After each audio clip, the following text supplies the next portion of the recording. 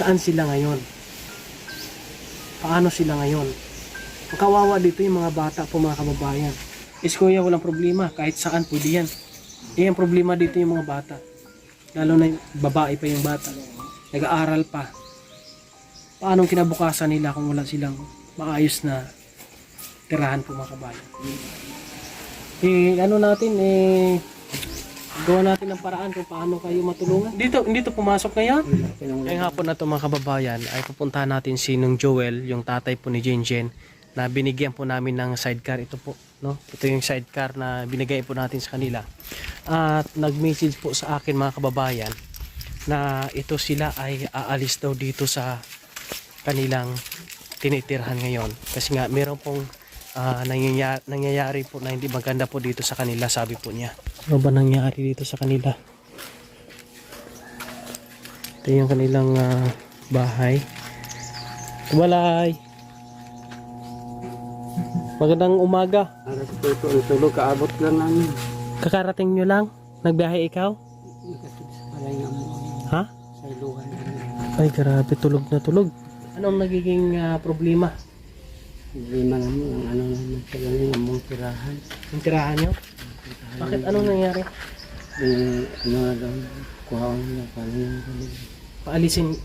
Paalisin niya kayo dito? Sino ang sabing may-ari? Sila may kumpa. Sila yung dito, yung kasama yung tumira dito sa lupa. Silang caretaker? Ngayon, saan kayo lilipat? Ito yung sa barangay, naghanap ng kalitatan. Kaya sabi ng kapitan, wala pa maghanap, papunta na lang sa City Hall.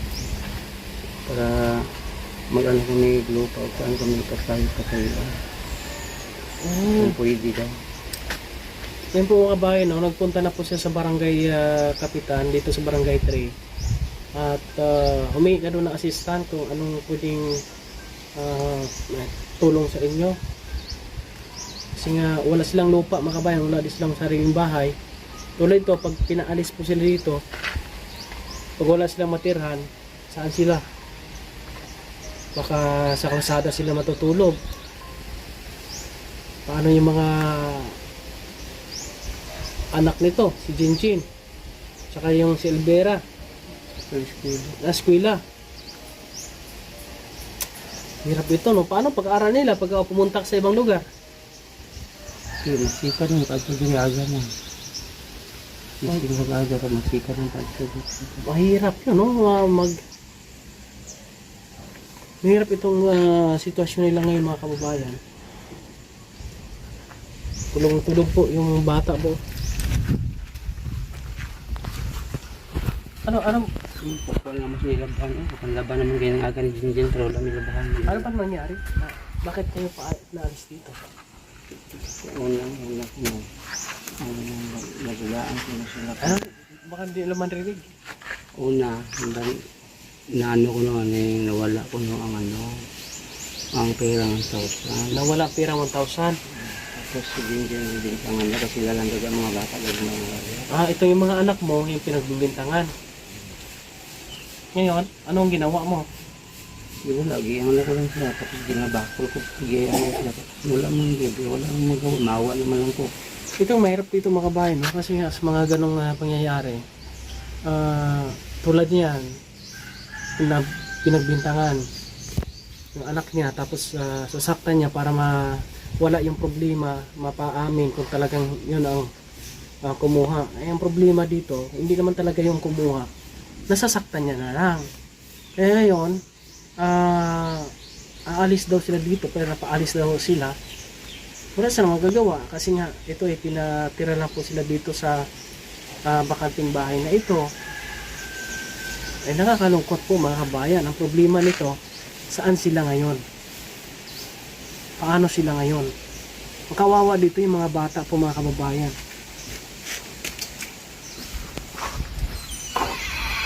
Grabe, tulog na tulog. Kapoy ito siya, naghanap nito tirahan dito. Naghanap kayo ng tirahan? Kahit ano lang, saan lang kahit maliit at hindi lang mabasa sa ulan. Sa mga kuwan. Ay, grabe. 3 araw ko na naghanap. Hirap dito, walang ano. Wala ka bang ano dito, yung Magkano? mga kamag-anak dito sa ibang, wala talaga. Sana matulungan din po natin mga kabayan na mabigyan sila ng matirhan, no? Lalo na po sa mga bata lang po mga kababayan, lalo nag-aaral ito. Sana may makatulong sa atin at importante dito yung lupa sana na pagpatayuan kasi yung pampagawa ng bahay kubo ay madali lang yan. Mahanapan lang po natin ng paraan yan. Ang atin lang problema dito yung paglalagyan ng kubo. No? Sige, kamusta naman? May pangkain pa kayo?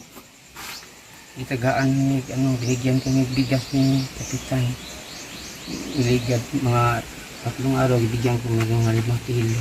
5 kilos? Kapitan sa barangay 5. Barangay 5? Naawa man siya. Ano ba nakasakop ito? Barangay 5? Barangay 3? Barangay 5 pala nakasakop dito mga kabayan. Registrado ko barangay 3. Nakarehistrado siya sa barangay 3. Kapitan Boy. Yung balang naman sa Kapitan Boy. Yung balang sa tulong sa inyo. Sa Mayo. Tutulungan ka ni Kapitan? Kaya lang kung tulungan ko niya sa lupa ang matarikan. Problema kung ang paggawa naman. Hindi, ganito na lang. Pagka mayroong binigay si Kapitan na lupa na pwedeng mapagpatrikan sa inyo, kahit maliit lang, maliit na kubo, sabihin mo sa akin. Tapos puntahan natin, gawa natin na paraan kung paano kayo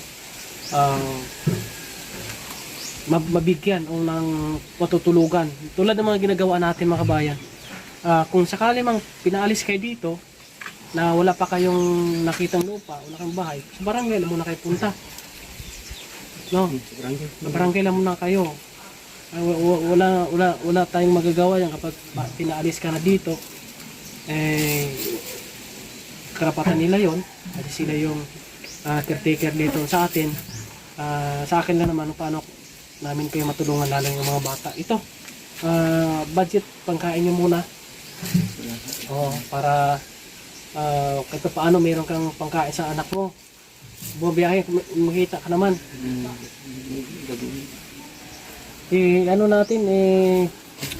Gawa natin ng paraan kung paano kayo matulungan. Kasi mahirap dito mga bayan, no? Mapunta sila sa kalsada. Imagine, mga tulad yung nakikita natin. Nasa kalsada na lang yung mga bata. Sila, sa kalsada na lang sila. Baka makita natin sa sunod araw sila na nasa padyak na lang sila natutulog sa gilid ng kalsada. Napakahirap yon. Yung mga bata nag-aaral, no? Kung walang bahay na inuuyan, paano? Paano yung mga bata? Lalo na ngayon, wala yung nanay, wala yung asawa niya, nandun sa laing lugar, ayaw nang umuwi dito. Nagpapadala na lang pa. Nakapadala siya akong igad mga bata na 150 lang. Nagpadala 150. Sus, Maria Joseph. Yan po mga kababayan, no? Sige, ganito lang gawin mo. Punta ka kay Kapitan dito sa Barangay 3. Baka meron siya may tulong na lupa. Tapos kung meron, sabihin mo sa akin para umpisahan natin, gawa natin ng para na mabilis ang gawa tulad ng ginagawa po natin mga kabayan. Yung 2 to 3 days lang ginagawa natin yung bahay kubo. Meron lang nasisilungan kaagad. Hiling natin mga kabayan na merong makatulong po dito sa atin. Kasi nga, yung mga bata dito yung kawawa dito. No? Kuya, walang problema. Kahit saan, pwede yan. No? Kahit sa gilid ng kalsada, pwede yan. Ang problema dito yung mga bata. Lalo na yung mga babae pa yung bata. Nag-aaral pa. Paano kinabukasan nila kung wala silang maayos na tirahan po mga kabayan.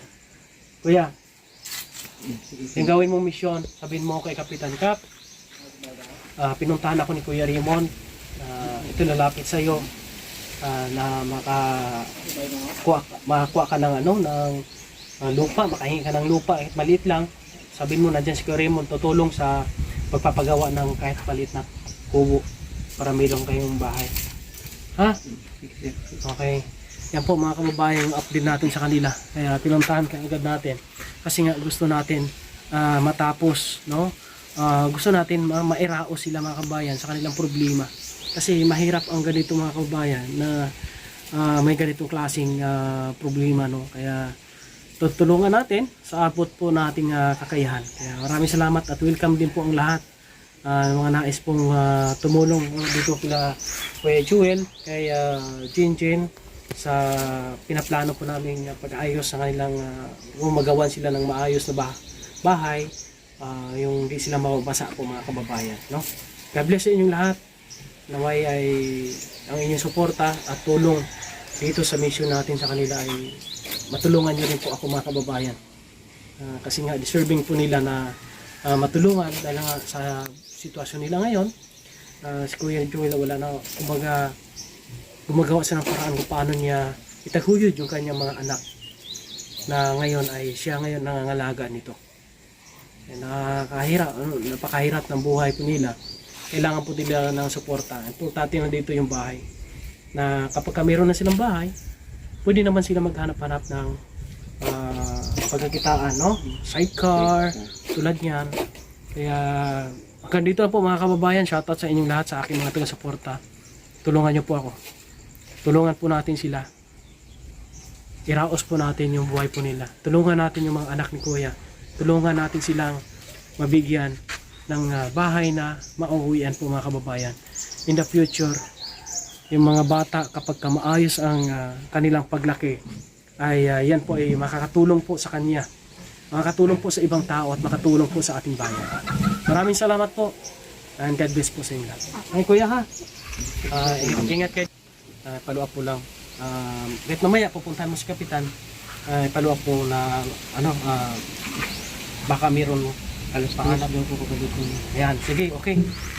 Pati, Ken. Kamusta ka? Okay lang. Hmm? Okay lang. Hindi umay kayo sa eskwela? Eskwela. Dito pumasok ngayon? Pinanglabangan para wala may lalong mga lagkoban. Paano na ngayon? Pinapaalis na kayo dito? Sige, huwag ka mag-alala at gagawa kami ng tulong kung anong may tulong namin sa inyo. Ha?